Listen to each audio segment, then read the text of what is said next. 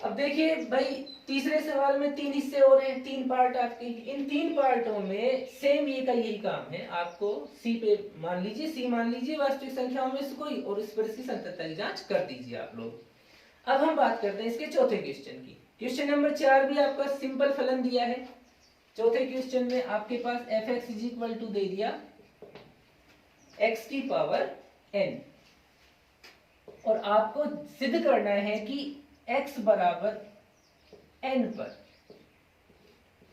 ये फलन संतत है। जहां n आपका दिया गया है कोई भी पॉजिटिव इंटीजर, धनात्मक पूर्णांक, for all n belongs to z positive, धनात्मक पूर्णांक।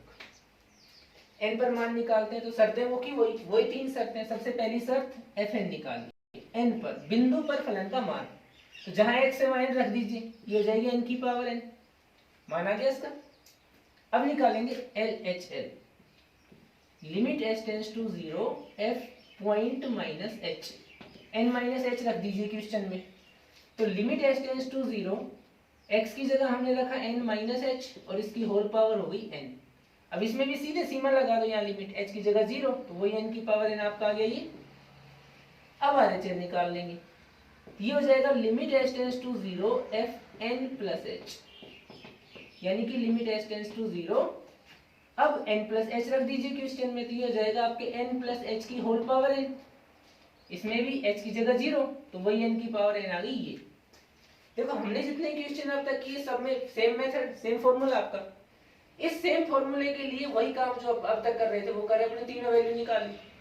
अब इन तीनों वैल्यू की जांच कर लो, जो कि स्पष्ट है आपका fn, आपकी LHL और आपकी RHL, तीनों कैसी हैं? समान है। अतः x बराबर n पर आपका जो फलन है वो सतत है। ये आपका क्वेश्चन नंबर 4। देखो हमने 4 सवाल किए, चारों सवालों में जो आपकी एक खासियत थी, सब में एक समानता थी। क्या समानता थी आपने जांच की? बिंदु h ही नहीं है, लेकिन समानता ये थी कि जो आपका फलन है वो फलन सीधी सीधी फॉर्म में दे दिया उसने, लेकिन अपने पास संततता की जो और आगे प्रॉब्लम्स आएंगी उन प्रॉब्लम में फलन को वो टुकड़े करके देता है, डिवाइडेड फॉर्म में देता है। ठीक है, तो मैं अभी इसके साथ साथ एक क्वेश्चन और कर लेता हूं, आपका क्वेश्चन नंबर 5, इसको हम करते हैं। देखिए अब 5वें क्वेश्चन में अभी तक के जो क्वेश्चन अपन ने किए उनमें क्या अंतर है। 5वें क्वेश्चन का बारे में उसने दिया है, 5वां क्वेश्चन f(x) बराबर, फलन के टुकड़े कर दिए उसने, 2 टुकड़े दे रखे हैं। f(x) बराबर होगा x यदि x की value less than is equal to 1 हो, और आपका 5 यदि x की वैल्यू ग्रेटर देन 1 हो। तो फलन के 2 हिस्से कर दिए। अब तक अपने क्वेश्चंस में था ही नहीं। अब जितने सवाल आगे हैं ना, सब में क्वेश्चंस है ना, सब में बहुत सारे क्वेश्चंस में फलन डिवाइडेड फॉर्म में, टुकड़ों में। अब इसकी संततता की जांच कैसे करें?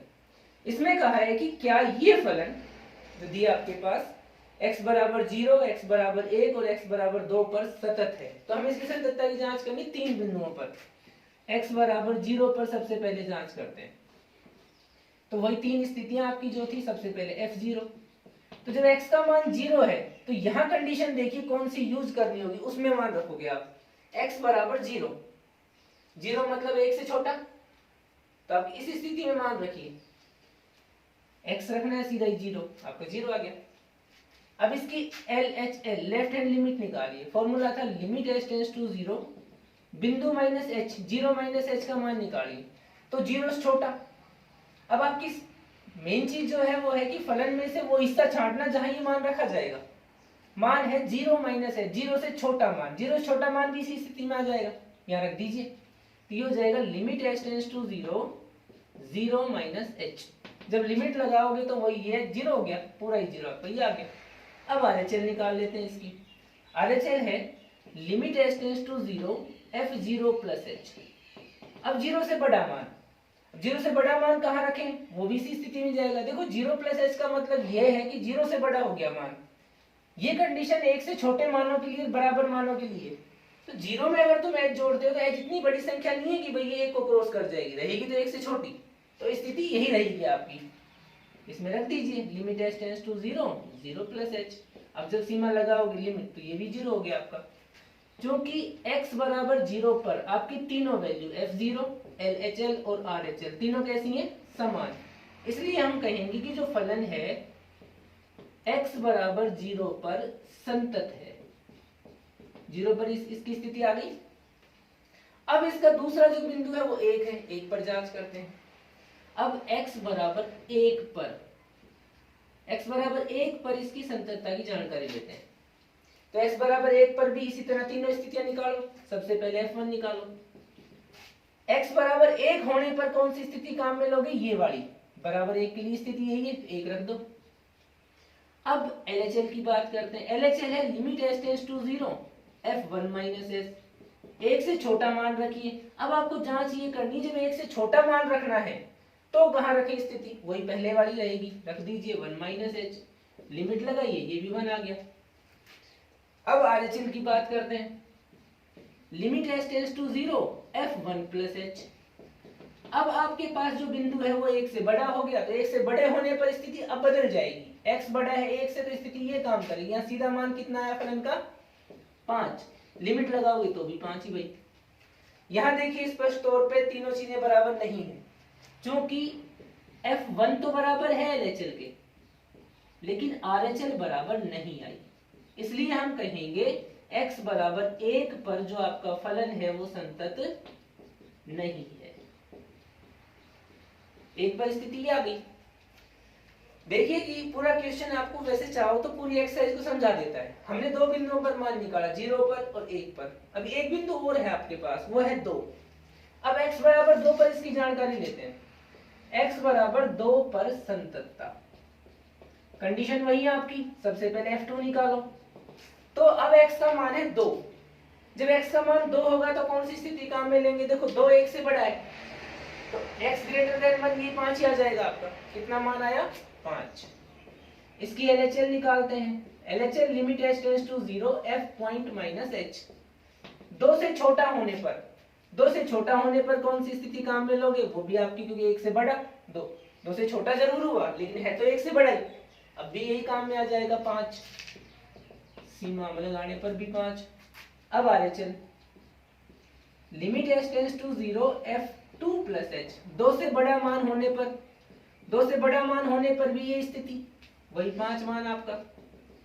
स्पष्ट है कि आपका F2, LHL और RHL तीनों कैसी आ गई भाई? समान आ गई।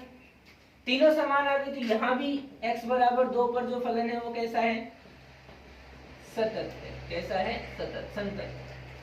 अब ध्यान दीजिए सवाल पे। सवाल की मेथड स्पष्ट कहती है आपको, जब अपना फलन डिवाइडेड फॉर्म में आए तो ये जो सीमाएं होती हैं, इन सीमाओं का विशेष ध्यान रखो। अगर फलन संतत या असंतत कोई कंडीशन पैदा करता है उल्टी सीधी, तो इस सीमा पर ही करेगा। अगर सीमा पर संतत है तो इससे छोटे बिंदुओं पर और इससे बड़े बिंदुओं पर हमेशा संतत ही आना। लेकिन अगर सीमा बिंदु पर वो असंतत है तो ये हमें जांच करके पता चल जाता है इस चीज का। ध्यान दीजिए, आपके पास क्वेश्चन डिवाइडेड फॉर्म में आता है तो ये सीमा बिंदु है, इनका विशेष ध्यान दीजिएगा। सवाल अगर कहीं कुछ गड़बड़ होती है तो इसी पे होगी, सीमा पे। सीमा से छोटे मानों पर और बड़े मानों पर सामान्यतः फलन संतत ही होता है। ठीक है बच्चों, 5 सवाल आपकी ये हो गए।